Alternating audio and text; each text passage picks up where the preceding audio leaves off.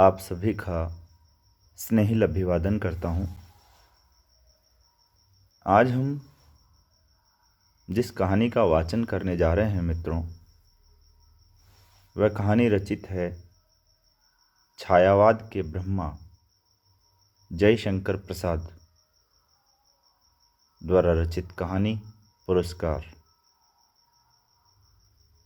ये जयशंकर प्रसाद वो हैं जिनकी विद्यालयी शिक्षा सिर्फ 8वीं तक हुई और बाकी अपने उन्होंने गहन अध्ययन द्वारा विश्व साहित्य को अपना अप्रतिम योगदान दिया है। तो आज हम इनकी पुरस्कार कहानी का वाचन करने जा रहे हैं। सर्वप्रथम इस कहानी में है क्या, इसके बारे में हम बात करते हैं। इसके पश्चात हम कहानी का वाचन करेंगे। तो पुरस्कार आंधी कहानी संग्रह में संकलित पुरस्कार कहानी प्रसाद की एक भावनात्मक रचना है।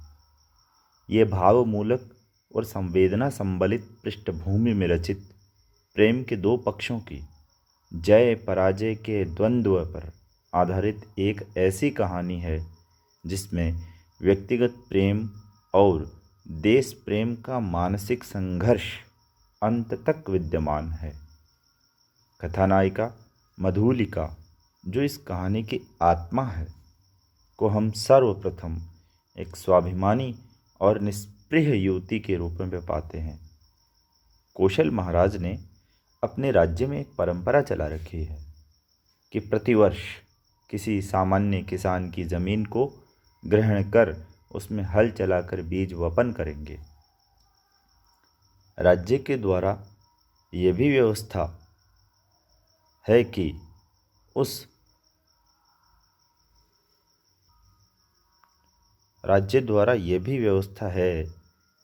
कृषक को अनुग्रह राशि के रूप में उस खेत का मूल्य दोगुना या चौगुना दिया जाएगा। इस बार कौशल नरेश ने कृषि कार्य हेतु मधुलिका के खेत का चयन किया है। हल चलाकर तथा बीज वपन करने के पश्चात जब मधुलिका को अनुग्रह राशि दी जाती है, तब वह अपने पितृ पितामहों की भूमि का मूल्य लेने से इनकार कर देती है। मधुलिका ने इस भूमि प्रेम को दर्शाने में कहानीकार ने सौदेश्यता बरती है। आगे चलकर उसे मधुलिका के उस व्यापक देश प्रेम को दर्शाना है जिसके बीज रूप में उसे अपना छोटा सा भूखंड प्रिय है। मधुलिका के उस व्यापक देश प्रेम को दर्शाना है जिसके बीज रूप में उसे अपना छोटा सा भूखंड प्रिय है। मधुलिका के इस सरल, नैसर्गिक और स्वाभिमानी सौंदर्य की छटा से मगध राजकुमार अरुण मुग्ध हो जाता है और वह उत्सवोपरांत मधुलिका से अपना प्रेम निवेदित करता है। वह मधुलिका की विरागी छवि का भक्त बन गया है। सरलता की इस देवी के सौंदर्य ने उसे दीवाना बना दिया है। अरुण उससे कहता है कि वह कौशल नरेश से उसकी भूमि दिलवा देगा, परंतु ऐसा करना मधुलिका राष्ट्रीय अपमान समझती है। साथ ही वह अरुण को इस बात के लिए प्रताड़ित करती है कि वह एक कृषक बालिका की स्थिति का अपमान कर रहा है।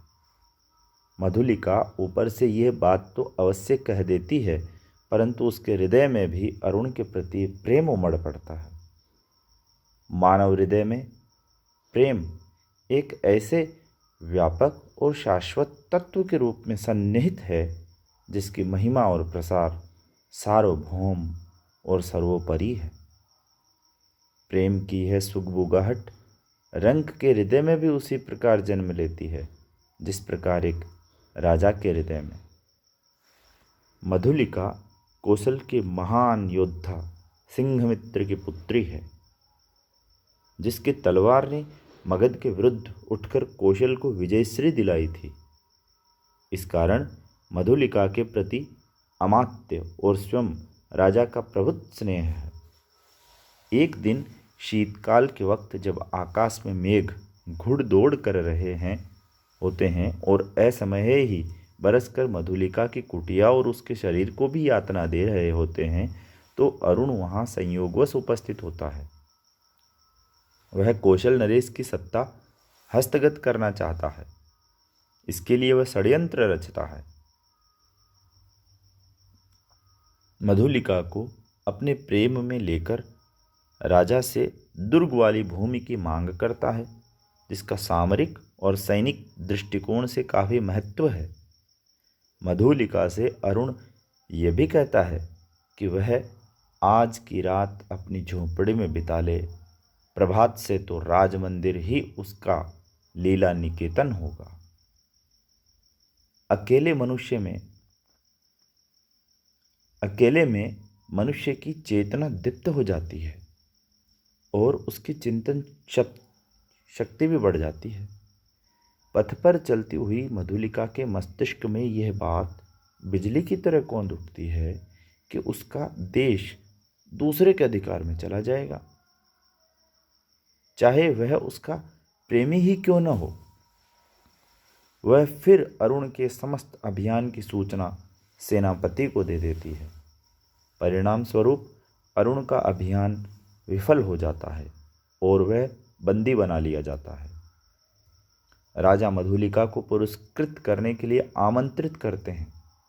मधुलिका मूक और हतचेत बैठी अरुण के समक्ष खड़ी होकर कहती है, मुझे भी प्राण दंड मिले, और कथा यहीं समाप्त हो जाती है।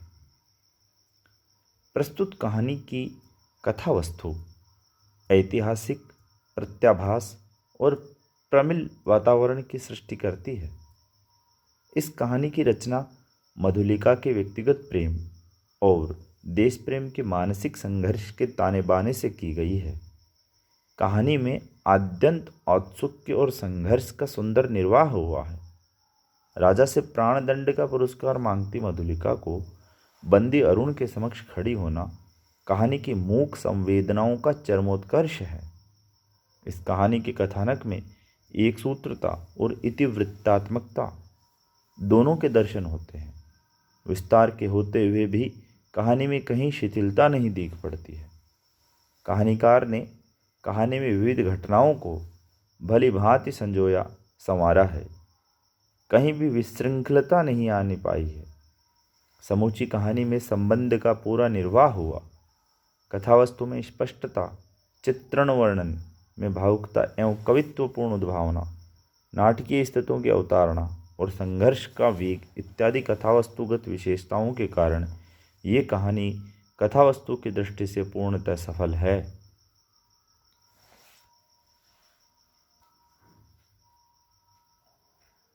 कहानी का आरंभ करते हैं। पुरस्कार। आर्द्रा नक्षत्र, आकाश के काले काले बादलों की घुमड़, जिसमें देवदुंदुभी का गंभीर घोष, प्राची के एक निरभ्र कोने से स्वर्ण पुरुष झांकने लगा था। स्वर्ण पुरुष से तात्पर्य यहाँ सूर्य से है। देखने लगा महाराज की सवारी। शैलमाला के अंचल में समतल उर्वरा भूमि से सौंधी बास उठ रही थी। नगर तोरण से जयघोष हुआ। भीड़ में गजराज का चामरधारी शुंड उन्नत दिखाई पड़ा। वह हर्ष और उत्साह का समुद्र हिलोर भरता हुआ आगे बढ़ने लगा। प्रभात की हेम किरणों से अनुरंजित नन्ही नन्ही बूंदों का एक झोंका स्वर्ण मल्लिका के समान बरस पड़ा। मंगल सूचना से जनता ने हर्ष ध्वनि की। रथों, हाथियों और अश्वारोहियों की पंक्ति जम गई। दर्शकों की भीड़ भी कम न थी। गजराज बैठ गया। सीढ़ियों से महाराज उतरे। सौभाग्यवती और कुमारी सुंदरियों के दो दल, आम्र पल्लवों से सुशोभित मंगल कलश और फूल, कुमकुम तथा खीलों से भरे थाल लिए मधुर गान करते हुए आगे बढ़े। महाराज के मुख पर मधुर मुस्कान थी। पुरोहित वर्ग ने स्वस्त्ययन किया। स्वर्ण रंजित हल की मूठ पकड़कर महाराज ने जुते हुए सुंदर पुष्ट बेलों को चलने का संकेत किया। बाजे बजने लगे।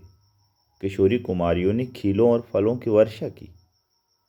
कौशल का यह उत्सव प्रसिद्ध था। एक दिन के लिए महाराज को कृषक बनना पड़ता। उस दिन इंद्र पूजन की धूमधाम होती, गोठ होती। नगर निवासी उस पहाड़ी भूमि में आनंद मनाते।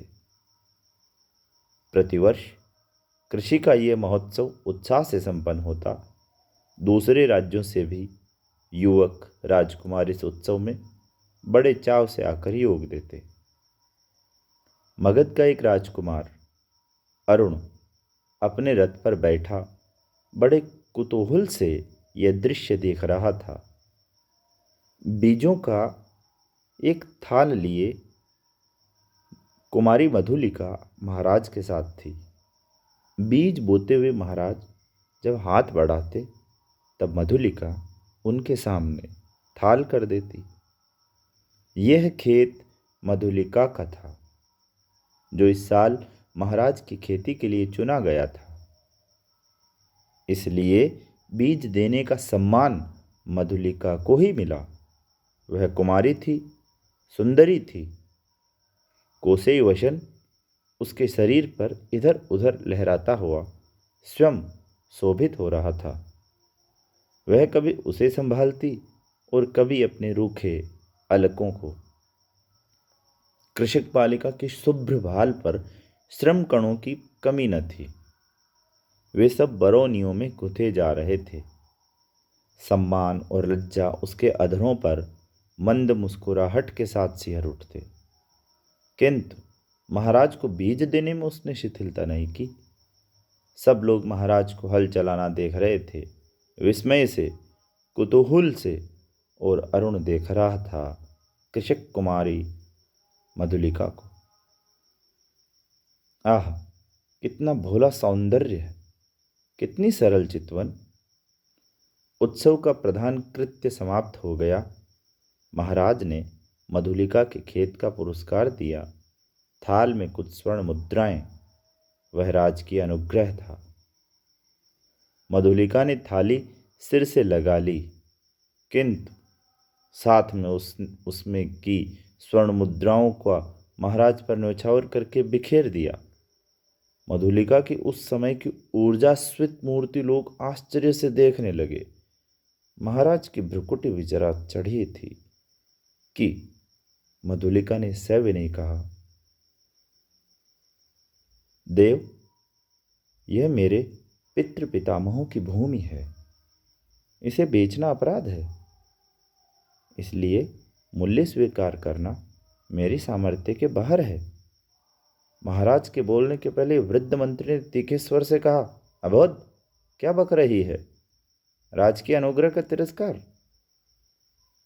तेरी भूमि से चौगुना मूल्य है। फिर कौशल का यह सुनिश्चित राष्ट्रीय नियम है।